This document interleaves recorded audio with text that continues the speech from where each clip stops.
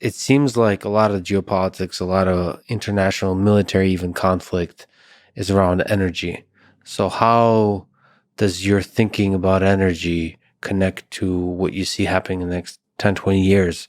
Maybe you can look at the war in Ukraine or relationship with China and other places through this lens of energy. What's the hopeful, what's the cynical trajectory that the world might take through with this drive towards zero cost energy? So the United States was in a period of energy surplus until the last few years, some number of years in Trump, and I think some number of now the current administration with President Biden. But we know what it means to basically have more than enough energy to fund our own domestic manufacturing and living standards. And I think that by being able to generate this energy from the sun, that is very capex efficient, that is very climate efficient, gives us a huge tailwind. The second thing is that we are now in a world, in a regime for many years to come of non-zero interest rates. And it may interest you to know that the last time that, we had long dated wars supported, at low interest rates was World War II, where I think the average interest rates was like 1.07% in the 10-year. And every other war tends to have these very quick open and closes because these long protracted fights get very difficult to finance when rates are non-zero. So just as an example, even starting in 2023, so the practical example today in the United States is President Biden's budget is about 1.5 trillion for next year. That's not including the entitlement spending, okay? Meaning Medicare, Social Security, right? So the stuff that he wants to spend that he has discretion over is about 1.582 trillion is the exact number. Next year, our interest payments are going to be $455 billion. That's 29% of every budget dollar is going to pay interest. So you have these two worlds coming together, right, Lex? If you have us, hurtling forward to being able to generate our own energy and the economic peril that comes with trying to underwrite several $1 trillion for war, which we can't afford to pay when rates are at 5%, means that despite all the bluster, the probabilistic distribution of us engaging in war with Russia and Ukraine seems relatively low. The override would obviously be a moral reason to do it that may or may not come if there's some nuclear proliferation. But now you have to steelman the other side of the equation, which is, well, what were to happen if you were sitting there and you were Putin? Let's steelman setting off a tactical nuke someplace.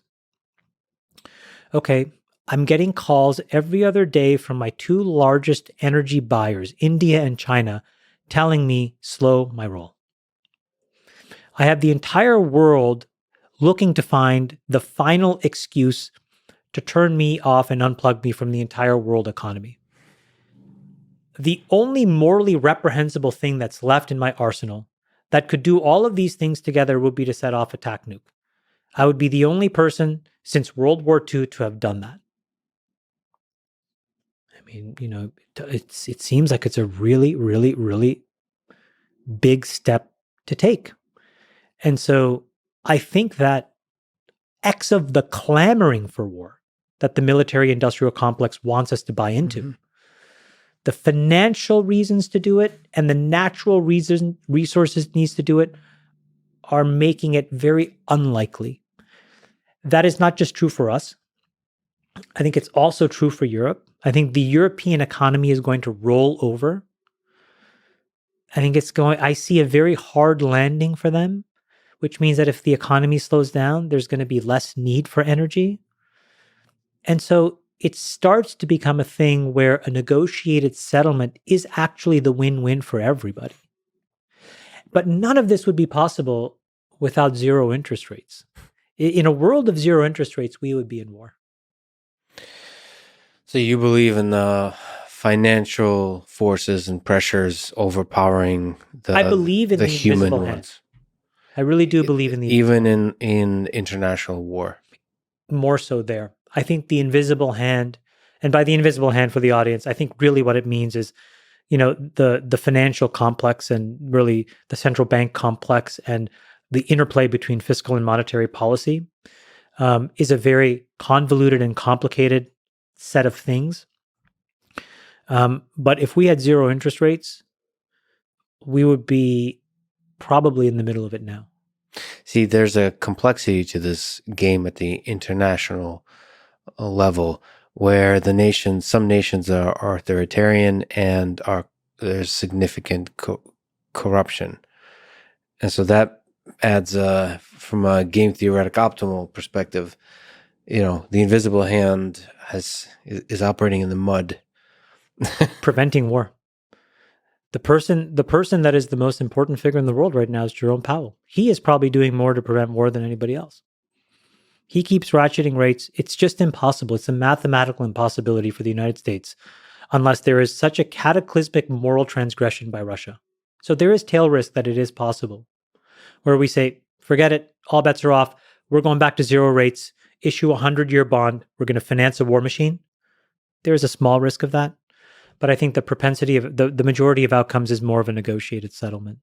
So what about, what's the motivation of Putin to invade Ukraine in the first place?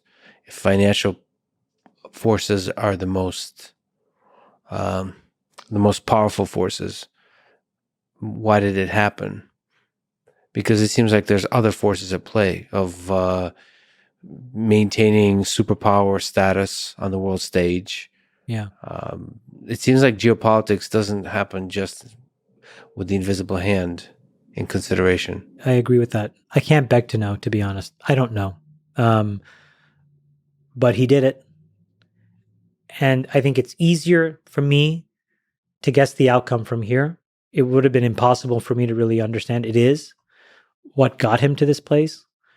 But it seems like there's an end game here, and there's not much playability. Yeah, I feel like I'm on unsturdy ground because there's been so many experts at every stage of this that have been wrong. Well, there are no experts. Well, on this... there are no experts, Lex. I understand this. Well, okay, let's dig into that because we just said Phil Hellmuth is the greatest poker player of all time. He has an opinion. Yeah. He doesn't... they would be mistaken. Expert at poker. Phil has an opinion. Ivy has an opinion as well on how to play all these games. Meaning an opinion means here's the lines I take, here are the decisions I make. I live and die by those, and if I'm right, I win. If I'm wrong, I lose. I've made more mistakes than my opponent. I thought you said there's an optimal. So aren't there people that have a deeper understand, a higher likelihood of being able to describe and know the optimal set of actions here at every layer? Well, there may be a theoretically set of optimal decisions, but you can't play your life against a computer. Like, meaning the minute that you face an opponent and that person takes you off that optimal path, you have to adjust. Yeah. Like, what happens if a tactical nuke? It would be really bad. I think the world is resilient enough. I think the Ukrainians are resilient enough to overcome it. It would be really bad. It's just it's an incredibly sad moment in human history. But do you wonder what U.S. does?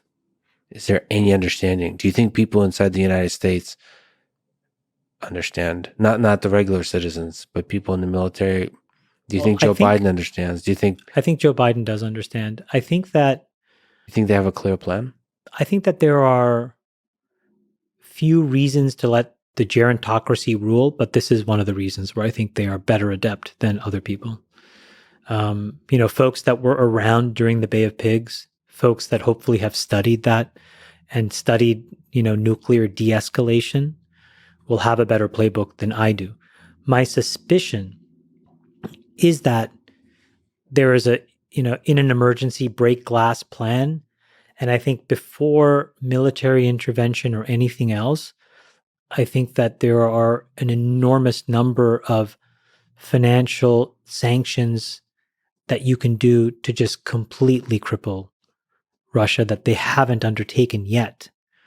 And if you couple that with an economic system in Europe that is less and less in need of energy because it is going into a recession, it makes it easier for them to be able to walk away while the US ships a bunch of, LNG over there. So I don't know the game theory on all of this, but Does it make you nervous that, or are we just being temperamental?